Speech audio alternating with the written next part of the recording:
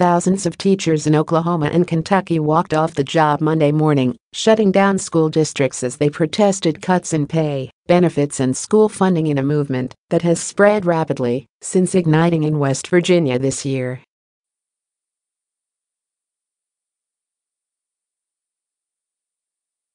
In Oklahoma City, protesting teachers ringed the Capitol, chanting, "No funding, no future." Katrina Ruff, a local teacher, carried a sign that read, "Thanks to West Virginia."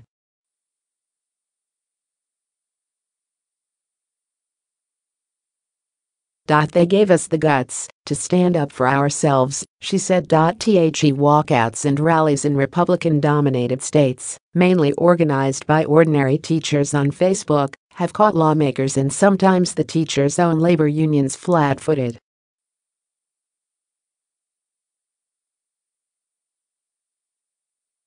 And they are occurring in states and districts with important midterm races in November, suggesting that thousands of teachers, with their pent-up rage over years of pay freezes and budget cuts, are set to become a powerful political force this fall.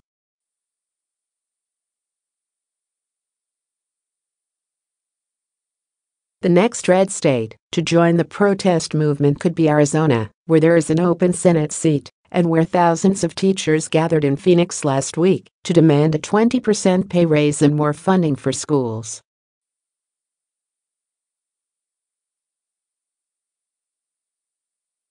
The growing fervor suggests that labor activism has taken on a new, grassroots form.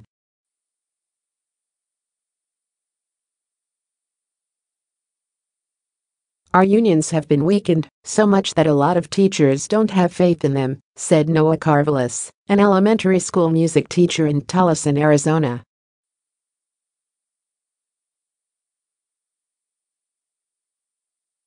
Outside Phoenix, and leader of a movement calling itself Number Redford, after the red T-shirts protesting teachers are wearing across the country.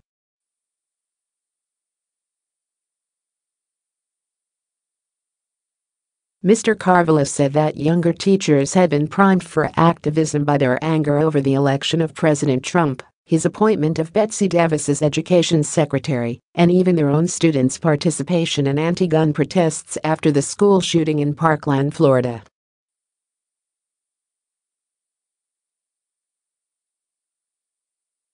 "Teachers for a long time have had a martyr mentality," Mr. Carvelis said.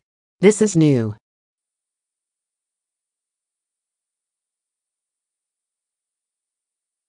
The wave of protest is cresting as the Supreme Court prepares a decision in Janus v.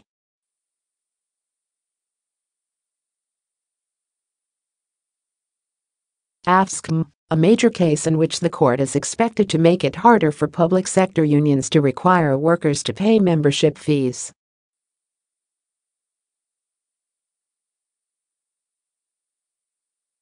But the recent walkouts suggest that labor activism may not need highly funded unions to be effective.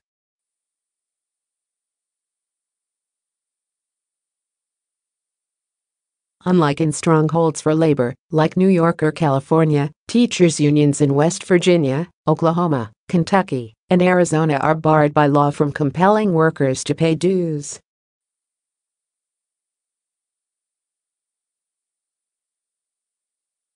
Yet that has not stopped protesters from making tough demands of lawmakers. Striking West Virginia teachers declared victory last month after winning a 5% raise, but Oklahoma educators are holding out for more.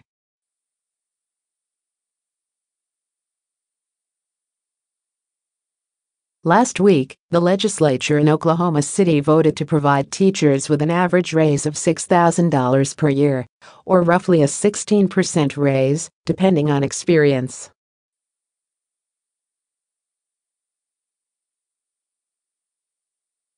Governor Mary Fallin, a Republican, signed the package into law. Teachers said it was not enough.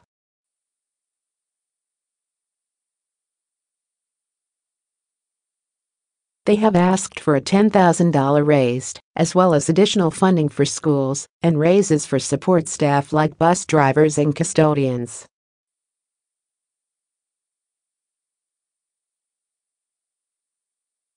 About 200 of the state's 500 school districts shut down on Monday as teachers walked out, defying calls from some parents and administrators for them to be grateful for what they had already received from the state.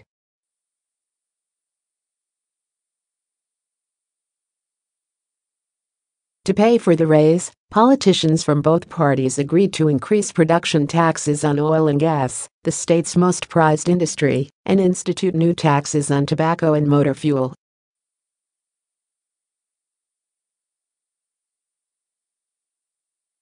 It was the first new revenue bill to become law in Oklahoma in 28 years, bucking decades of tax cut orthodoxy.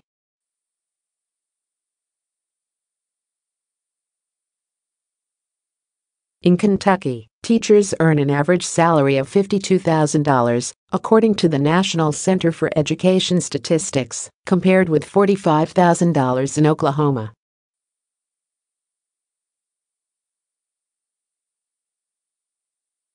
But teachers there, thousands of whom are picketing the Capitol during their spring break, are protesting a pension reform bill that abruptly passed the state House and Senate last week.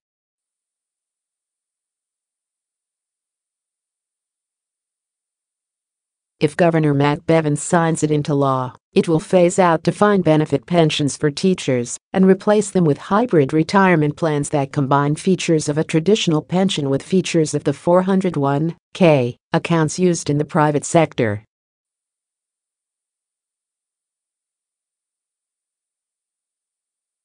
Teachers in the state are not eligible for Social Security benefits. Andrew Beaver, 32, a middle school math teacher in Louisville, said he was open to changes in teacher retirement programs, such as potentially asking teachers to work to an older age before drawing down benefits.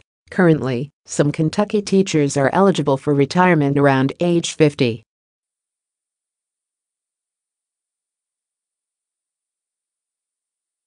But he said he and his colleagues, many of whom have called in sick to protest the bill, were angry about not having a seat at the negotiation table with Mr.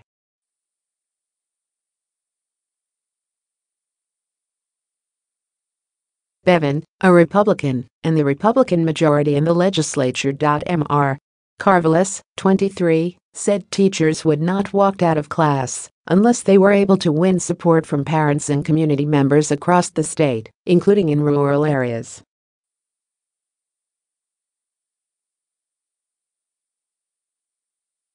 But he said the movement would be influential regardless of whether it shuts down schools.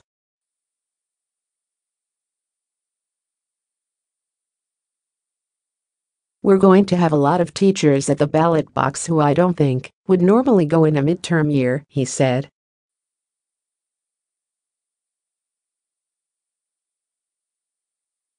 If I were a legislator right now, I'd be honestly sweating bullets. With Republican legislators and governors bearing the brunt of the protesters' fury, the Democratic Party is trying to capitalize on the moment.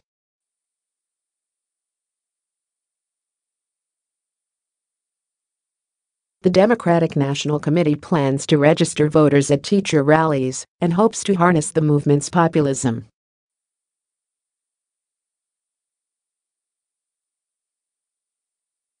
The teacher walkouts are a real rejection of the Republican agenda that doesn't favor working-class people, said Sabrina Singh, the committee's deputy communications director.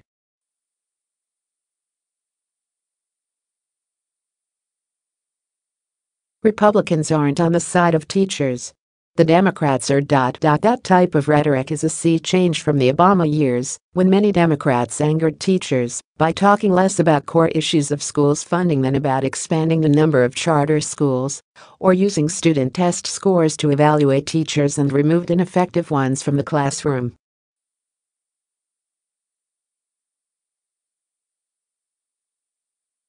School reformers kind of overshot the mark, and we're now in a pendulum swing where teachers increasingly look like good guys, said Frederick Hess, director of education policy studies at the American Enterprise Institute, a conservative-leaning think tank.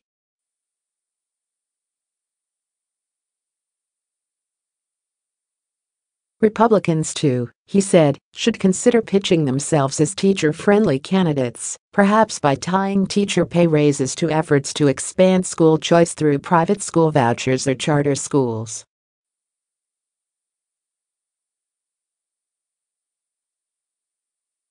Lily Eskelsen Garcia, president of the National Education Association, the nation's largest teachers union, called the movement an education spring.